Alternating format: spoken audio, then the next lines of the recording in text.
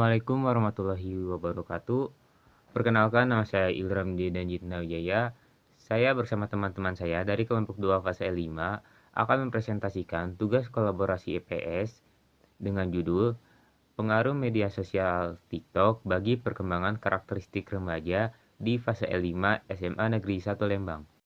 Mengapa kami memilih permasalahan tersebut? Karena TikTok merupakan media sosial yang unik dan banyak digunakan di Indonesia. Karena keunikan konten yang ada di dalam TikTok membuat masyarakat menggunakan jangka waktu yang lama dalam menggunakan TikTok. Hal ini berdampak pada perilaku penggunanya yang menjadi malas belajar dan berinteraksi sosial. Dan hal ini terjadi di SMA N1 Lembang, tepatnya di kelas fase E5.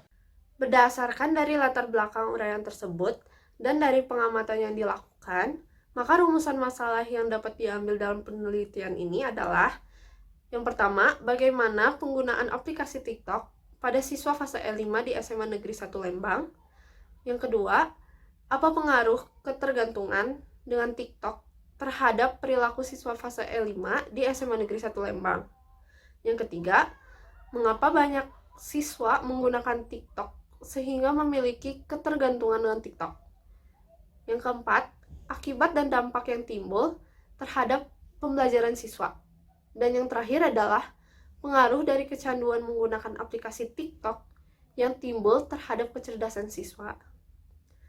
Sehingga kita mendapat tujuan berdasarkan perumusan tersebut, maka tujuan penelitian adalah untuk mengetahui: pertama, penggunaan aplikasi TikTok pada siswa fase E5 di SMA Negeri 1 Lembang. Yang kedua, pengaruh ketergantungan dengan TikTok terhadap perilaku siswa fase E5 di SMA Negeri 1 Lembang. Yang ketiga, banyak siswa menggunakan TikTok sehingga memiliki ketergantungan dengan TikTok. Yang keempat adalah akibat dan dampak yang timbul terhadap pembelajaran siswa. Dan yang terakhir adalah pengaruh dari kecanduan menggunakan aplikasi TikTok yang timbul terhadap kecerdasan siswa. Ya, sebagai kumpulan perangkat lunak yang memungkinkan individu maupun komunitas untuk berkumpul, berbagi, berkomunikasi, dan dalam kasus tertentu saling berkolaborasi atau bermain. Jenis-jenis media sosial, yang pertama ada jejaring sosial atau social networking, lalu ada jurnal online atau blog, jurnal online sederhana atau microblog, media berbagi atau media sharing, penanda sosial atau social bookmarking, media konten bersama atau wiki.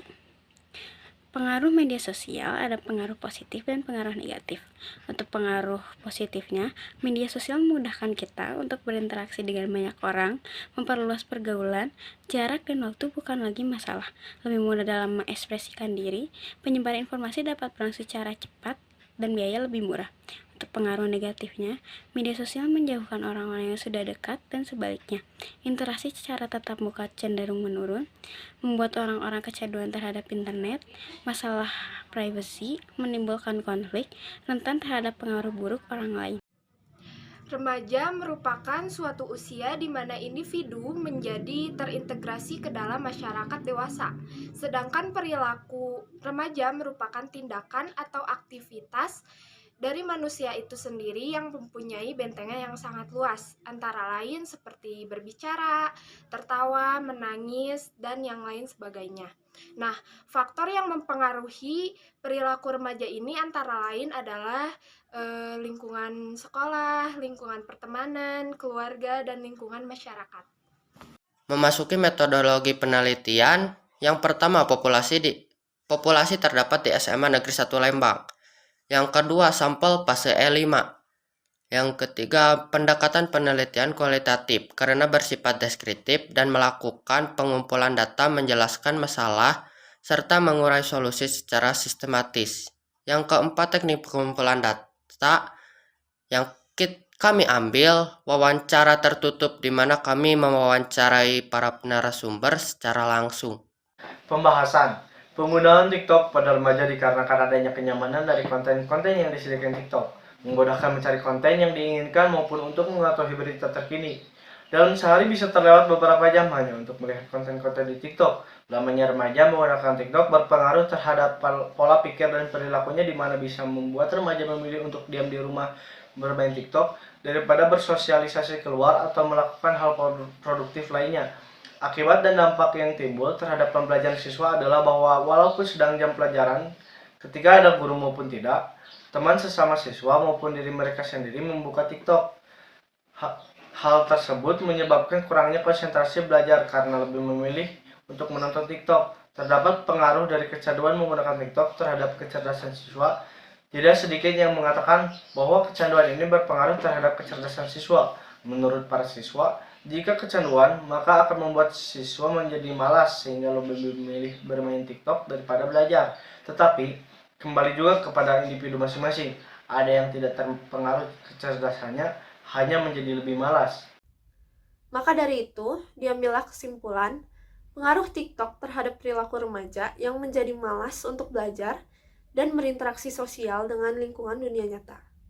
Siswa-siswa banyak mengikuti atau terpengaruh budaya luar. Memang menambah ilmu tentang budaya luar, tetapi banyak yang menjadikannya sebagai sebuah gaya hidup dan mereka terus mengikutinya dengan cara terus membuka TikTok dan mencari hal-hal baru yang tidak sepenuhnya positif.